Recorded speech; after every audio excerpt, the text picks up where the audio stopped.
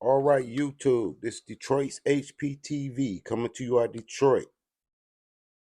Today, it's time to bring District Attorney Alvin Bragg of New York to the front of the congregation. Yeah, I said it. I know where y'all heard it before, but it works. Time to bring him to the front of the congregation. He want to play politics as a district attorney. You know, he want to be lockstep with this agenda that they have to turn our communities and neighborhoods into third world countries. So now the Senate is calling for him to be fired and removed. And I think the people of New York and the people around the country who watched him want him removed too. He watched on camera as a gang of migrants attacked two police officers and he released them without bond, which means he picks and chooses who he want to prosecute. Because if I would have assaulted a police officer or even resisted arrest, he wouldn't have let me go. He probably wouldn't have let y'all go. But he let them go because he's pushing an agenda. So it's time for him to be removed. It's time for all of them to be removed that's playing politics over the rights of the people. They get in those positions and they get power drunk. Before I show you what the Senate hearing said, I want you to first look at Alvin Bragg. Check out his character, listen to his story, and you can see what type of person he really is, what his character is based on what he say and what he does. This is for fair use under the 1976 Copyright Act for commentary educational purposes. Let's look at District Attorney Alvin Bragg, hopefully ex-District Attorney Alvin Bragg.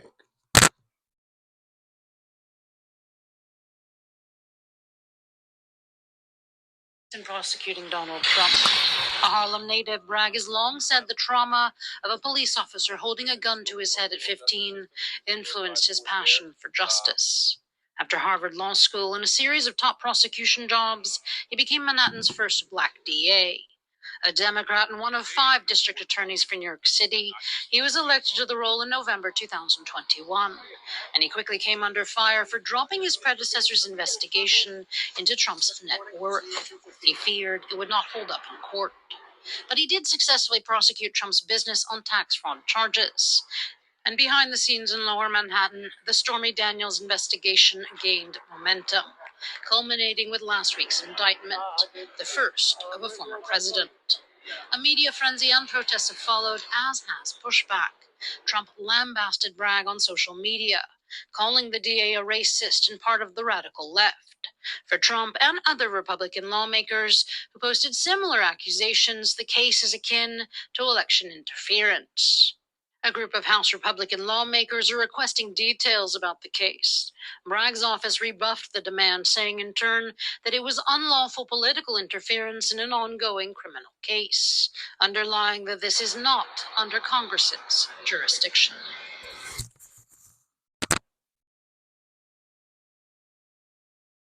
Seniors on Medicare rush to claim the allowance. Okay, it's not that he is the first black New York district attorney. That's the issue at hand. They love to play the race card. Have you noticed they love to play the race card when the very people that put them in office that are their color are the people that they mess over. They race bait. And then they be negligent in their duties and their fiduciary obligations to the community. And then they want to fall back on, oh, it's racism. It's racism. No, you were supposed to lock those immigrants up. You and that Mayor Adams in New York, what's wrong with y'all? You know what I mean? Do you really think the people don't see you for who you are? Let me show you what the Senate said out there. The Senate want him gone. I don't blame him. I don't even live in New York, and I want him gone.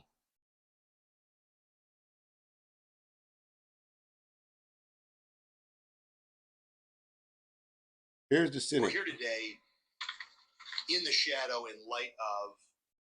All right, check it out.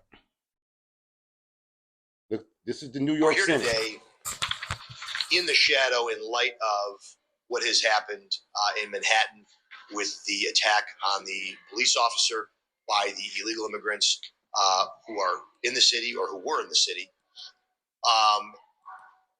And in light of that horrendous event where we saw the pro-criminal, the idea of cashless bail, the catch and release, that no one should be in jail, desk appearance tickets, the sanctuary city policy that is in New York, where we do not cooperate or work with federal immigration officials to deport people who should be deported. And don't take my word for it. Governor Hochul said those exact words. They should be deported. But instead, they were released. Instead, several of them are on their way to California. Why? This is the plan. This is how these policies work. Sanctuary cities policies, pro-criminal policies, open borders policies. Alvin Bragg is really a disgrace as a district attorney. He's running a public defender's office out of the Manhattan DA's office. He was not elected as the Manhattan public defender. He was elected as the district attorney, and he is failing to execute the most basic functions of that job, which is to protect the people of Manhattan. If Governor Hochul is serious, she believes they should have been deported, then she should fire Alvin Bragg. She should remove him from office because he simply is not performing the duties that we expect a district attorney to do. He is not performing the duties he was elected by the people of Manhattan to do. He, in my view, he's almost a danger to the borough of Manhattan. And if the governor is serious, she will do that. She can do a host of other things. Like she can end the sanctuary state policies that were put in place by Governor Cuomo with the stroke of her pen. And we're calling on her to do that as well. But she should remove Alvin Bragg. This moment in time is why is everything that's wrong with this state and the policies that are support. Like, really, how hard is it to do your job? You want to be the city's top cop and the DA, and y'all want to be mayors, and y'all want to say y'all the first black this, and y'all represent the people. You do not represent the people. These people, Alvin Bragg and Mayor Adams and that one in Chicago, Brandon Johnson, they do not represent the people. The people were tricked into voting for them. And I'm going to have to agree. A lot of times in our community, we vote based on color. And when we vote based on color, look what we get. Look what we get. We get a DA that is playing politics with his job versus actually executing his job as he should. Because I know for a fact that if I would have assaulted a cop in New York, I would be at Rikers Island. Any of my people in New York, get in the comments and tell me, would I be at Rikers Island with an astronomical bail right now in the face of bail reform? These the same Democrats that marched out there and talking about defund the police. Like, who's going to protect the community? They said defund the police and then beefed up their security. Think about that. They said defund the police that protects and whatever they do in the community, but they beefed up their security with ex-police and off-duty police officers to protect them and their families while they left us out to lurch. Yeah, get rid of Alvin Bragg. I'm with it. By the Democratic Party, and that have been voted on in some cases by our colleagues across the aisle in the Senate and supported by Governor Hochul. So if she's serious, we don't want her words. I don't care what she says in press conferences. Do something about it. She can do something about it. She should do something about it. And that starts with removing Alvin Bragg from his position as Manhattan DA. And to speak more on this and the letter that he, along with our conference, sent to the governor asking her to do this is my colleague, Senator Dean Murray. Thank you, Lee. So we've sent the letter. The letter has been sent to the governor that myself and Senator White put together. We are past the time for action. it is time that she remove Alvin Bragg from office. From the moment he took office, he was picking and choosing which laws he would enforce, which criminals he would go after, and which ones he wouldn't. He was picking and choosing. A memo went out just days after he took office to his staff saying these are a list of crimes we're not going to go after anymore. Meanwhile, last week, fast forward to last week, after many abysmal failures on his part, we reached the pinnacle when two NYPD officers are attacked and beaten by a mob, a gang of migrants outside of a shelter in Times Square. The police do their job. They arrest them. Alvin Bragg doesn't do his job. 6 of them released without bail. Now, keep in mind, these are illegal immigrants who have no base here. We know nothing about their past, their criminal history, nothing about this. They are not residents or citizens, no base here. Compare that against the bodega owner, Jose Alba, who was attacked. He was simply defending himself, and this DA wanted to charge him with second-degree murder, held him at Rikers in lieu of $500,000 bail. Do you see the stark contrast? This DA's actions, or should I say inactions, are putting New Yorkers in danger. It is that simple. So it is past time. The governor needs to take action, exercise her constitutional rights under Section 34 of the Public Officers Law, and remove Alvin Bragg from office immediately. With that, I'd like to call up my colleague, Senator White. Thank you, Senator Murray. And it's my pleasure to be here today to support our law enforcement. We know that public safety is the top issue on the minds of New Yorkers, no matter where you are. Alvin Bragg is doing a disservice to everyone who is in Manhattan, whether you're coming there as a visitor or whether you live there. His approach to crime is disgusting. He allows individuals who are here illegally to be released back onto the street, where they commit numerous crimes. In fact, we watch the news and we see it every single day, another event every single day where these illegal migrants are committing crimes and getting away with it, and they know it. They not only know it, but they stick their middle finger up to the press because they know it doesn't matter what they do, they will be back on the street, and they have all the rights and all the protection that the DA is going to provide for them. It's time for him to go. It's time to take back safety and support our law enforcement.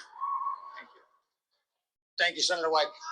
Like Senator White mentioned, 4 of those who were released with no bail, 4 of those who were arrested for attacking NYPD officers were found, I believe, in Arizona.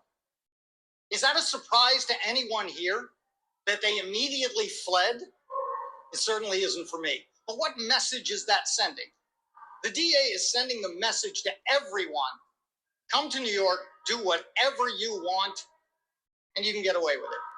With that, I'd like to call Senator Palumbo up to explain something that he actually explained to us about his picking and choosing of who we will go after. Senator Palumbo? Sure. Thank you, Senator. So I actually worked in the Manhattan DA's office for a little over a year under Robert Morgenthau, who was a prosecutor's prosecutor, had a constitutional duty and an obligation to prosecute offenders in equal fashion. Justice is supposed to be blind. Unfortunately, with Alvin Bragg, justice is not blind because he selectively chooses whom to prosecute and who he doesn't prosecute. Great example, speaking to an attorney who had a nurse as a defendant, and she had purchased a forged vaccination card.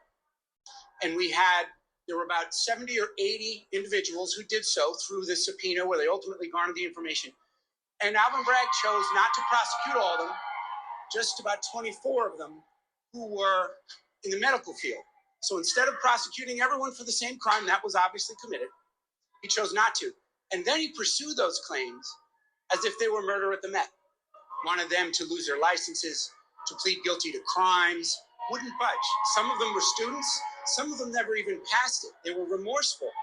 This particular client was remorseful that she had purchased a forged vaccination card and got vaccinated. Never passed it, never did anything with it. They said, too bad, she can take a misdemeanor, she can never become a nurse, shame on her. And that is just a prime example of the distortion of the law and the abysmal job, and quite frankly, the dangerous job that Alvin Bragg is doing. You can't pick and choose. You have a job to do even-handedly, regardless of who the defendant is, regardless of the situation. So now, he's more focused on prosecuting a so-called victimless crime than he is about not only victim-sensitive crimes and violent crime, but about protecting police officers as well. So this is just an example of truly a breach of that constitutional duty. And quite frankly, that's the reason why he should be removed.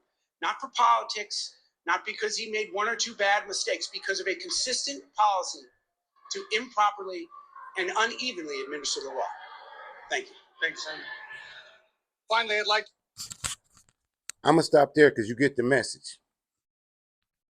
If you think that Alvin Bragg should be fired and removed, let me know in the comments. Because I think he should. Because he's picking and choosing who he's going to prosecute, and he doesn't have the best interests of the constituency that put him in place and he's supposed to protect. He's playing politics and he's coming out of the Democratic playbook, protect the migrants at the expense of the citizens. I think he should be gone. If you think he should be gone, say so. This is Out of Detroit. Keep your head on swivel, like, share, and subscribe. Peace.